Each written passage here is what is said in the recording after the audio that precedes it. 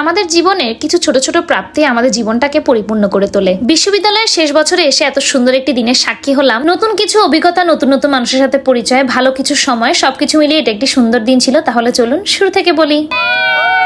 দিনটা ছিল 28 জানুয়ারি 2026। বটতলী স্টেশন থেকে 7:40 ট্রেনে সোজা বিশ্ববিদ্যালয়ের উদ্দেশ্যে রওনা। অনেক সকাল সকাল এসেছি বলে মাই আমাকে ট্রেনে তুলে দিয়ে গেছে। চারপাশে তখনও কুয়াশা আর সকালের সুন্দর হাওয়া। গতকাল আমি হঠাৎ খুব অসুস্থ হয়ে গেছি। হঠাৎ করে কেন জানি ফুড পয়জনিং হলো। আজ সকালে যেহেতু খেলা, আমি ভাবছিলাম কিভাবে নিজেকে সুস্থ করা যায়। এই প্রথমবার নিজের শরীরের প্রতি আমি নিজে এত যত্ন করেছি। এইবার আমি বার্ষিক ক্রীড়া প্রতিযোগিতায় প্রীতিলতা হলের একজন স্টুডেন্ট হিসেবে খেলবো। গত বছর এক্সামের কারণে অ্যানুয়াল স্পোর্টস এর কোনো ইভেন্টে আমি অংশগ্রহণ করতে পারিনি। যেহেতু এটা বিশ্ববিদ্যালয়ের শেষ বছর, তাই কোনোভাবেই মিস করতে চাচ্ছিলাম না। এইদিকে এক ভাইয়ার সাইকেল থেকে সাইকেলিং করতে করতেই প্রীতিলতা হলের সকল স্টুডেন্ট এসে হাজির। এর মধ্যেই সারিবদ্ধ লাইনে দাঁড় করিয়ে আমাদের সকলকে জার্সি এবং টুপি দেওয়া হলো। অ্যানুয়াল স্পোর্টস শুরু হওয়ার আগে যত আনুষ্ঠানিকপূর্ণ কাজ, সকল কিছু একটু একটু করে সম্পন্ন হচ্ছে। আর এই হলো আমাদের মাইচিং আপু, যিনি হলো গত বছরের চ্যাম্পিয়ন। দেখতে দেখতে এর মধ্যেই শুরু হয়ে গেল 100 মিটার দৌড়। ওই যে একদম কোনায় যে মেয়েটা দৌড়ে আসছে, সেই হলো আমি। 100 মিটার দৌড় দেওয়ার পর বুঝতে পারলাম মাঠের সাথে সম্পৃক্ততা না থাকলে ঠিক কি কি ভুল করতে পারি আমরা। একটু এদিক সেদিকের কারণে আমি দ্বিতীয় এবং সবুজ জার্সি পরা যে সে প্রথম হয়েছে।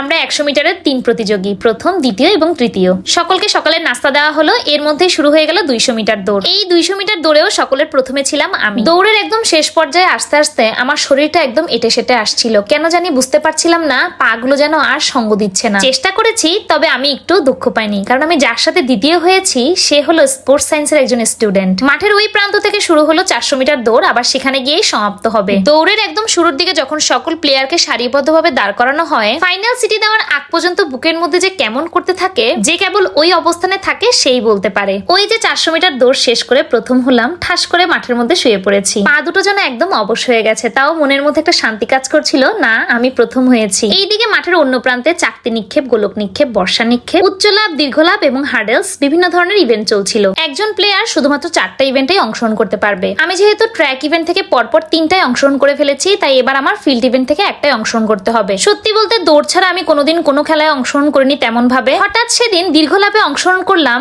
আর আকস্মিক ভাবে আমি দীর্ঘলাভে প্রথমও হয়ে গেছি। আর সবশেষে রিলে দৌড়ে সকল প্রতিযোগী অংশগ্রহণ করতে পারবে। একটি দলে 4টি করে প্লেয়ার থাকবে, 4 জন মাঠের 4টি পয়েন্টে দাঁড়াবে। এইভাবে সম্পন্ন হয় আমাদের রিলে দৌড়। ভিডিওতে দেখে সকল কিছু যেভাবে সহজ মনে হয়, ততটা সহজ নয় প্র্যাকটিক্যালি। চট্টগ্রাম বিশ্ববিদ্যালয়ের সেন্ট্রাল ফিল্ড অনেক বড়, আর যারা গেছেন বা দেখেছেন তারাই জানেন। এরপরেই শুরু হয়ে গেল পুরস্কার বিতরণ। এখানেই শেষ নয়, প্রথম দ্বিতীয় হয়ে আমরা মাথায় অনেক বড় দায়িত্ব নিয়ে ফেলেছি। আগামীতে যারা আমরা প্রথম এবং দ্বিতীয় স্থান অধিকার করেছি সকল ইভেন্টে, প্রত্যেকে মিলে এবার সেন্ট্রালের খেলায় অংশগ্রহণ করব। তবে আমি শুধুমাত্র 3টি মেডেলের আশা করে বাসা থেকে এসেছিলাম, আমি 5টি মেডেল অর্জন করে গিয়েছি। এটা আমার কাছে অনেক বড় একটি ব্যাপার। তার সাথে আমি রানার্স আপ হয়েছি। আর সবার শেষে পুরস্কার দেওয়া হলো আমাদের প্রীতিলতা হলের এবারের চ্যাম্পিয়নকে। আমি অনেক করে বলছিলাম আমি দীর্ঘলাভ দেবো না, ও আমায় জোর করে অংশগ্রহণ করিয়েছে। আর দেখুন, তার জন্য আমি আরো একটি মেডেলও পেয়ে গেছি। সেই মোমেন্টটা আমি আপনাদেরকে বলে এক্সপ্রেস করতে পারবো না আমার যে কতটা আনন্দ হচ্ছিল।